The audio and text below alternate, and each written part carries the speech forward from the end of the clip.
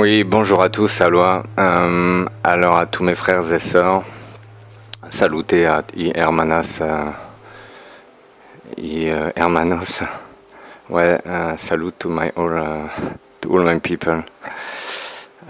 Ouais, en fait, aujourd'hui, je voulais vraiment vous parler du terme de l'énergie vitale, en fait, ce que ça représente dans les traditions ancestrales, hein. Alors vraiment, ultimement, c'est vraiment l'énergie de vie en fait. C'est l'énergie primale qui vient de l'espèce. Donc dans la tradition chinoise, on appelle ça le qi. Chez les Japonais, on appelle ça le ki. Chez les Indiens, on va appeler ça le prana. Chez nous, on va appeler ça la vie, avec un grand V. Donc cette énergie vitale, en fait, qui naît bien avant la naissance, hein, dans la conception de l'acte énergétique entre le père et la mère, en fait, la réalisation du karma individuel. À la naissance, elle arrive en fait avec une donnée particulière en fonction de la force de l'âme, en fait, l'atman, la relation au cœur et aux émotions du monde.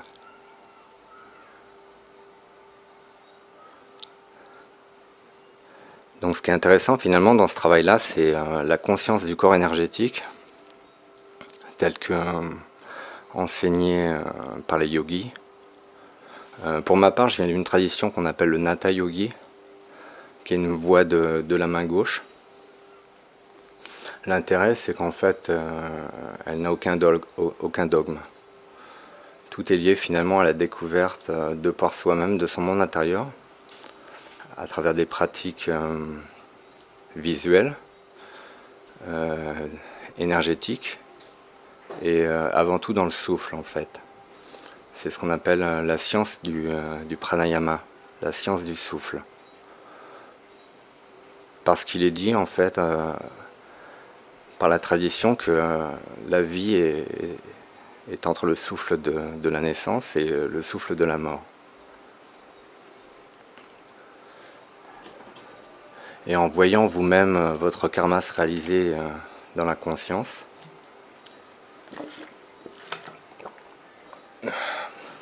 il y a des méthodes en fait qui ont été enseignées par les yogis qui permettent à travers la pratique, l'expérimentation, l'expérience personnelle intérieure et le fait de pouvoir apprendre à être conscient de son souffle et de pouvoir le rythmer dans différents mondes vous permet d'explorer votre structure énergétique.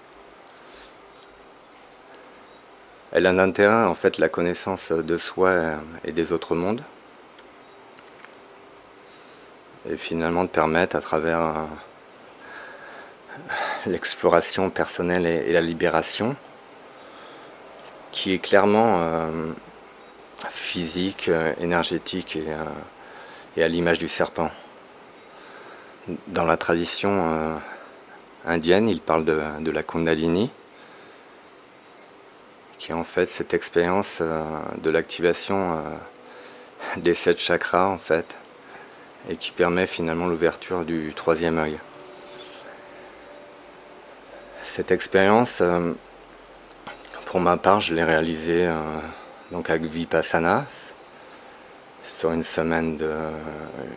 retraite de 3 semaines, où en fait on vous apprend une méthode très ancestrale, en fait enseignée par le Bouddha, qui a été conservée par les maîtres birmans, et en fait qui vous permet à l'image d'un microscope en fait d'observer les sens en fait. Dans la tradition tantrique en fait on observe, il y a aussi dans la méditation, hein, dans le Theravada, les 6 sens, c'est-à-dire les 5 sens que l'on connaît, et le mental. Alors la méthode Vipassana, c'est probablement la plus précise, exigeante, à ce qu'elle va vous demander en fait entre 10 et 14 heures de méditation par jour, et tout en sachant que les 3 derniers jours en fait vous ne dormez pas. Et là où c'est intéressant, c'est qu'en fait, c'est toutes les 12 heures, ils viennent vous voir. Et vous devez en fait pratiquer une pratique qui est extrêmement intéressante en fait et qui fera l'objet d'un autre podcast.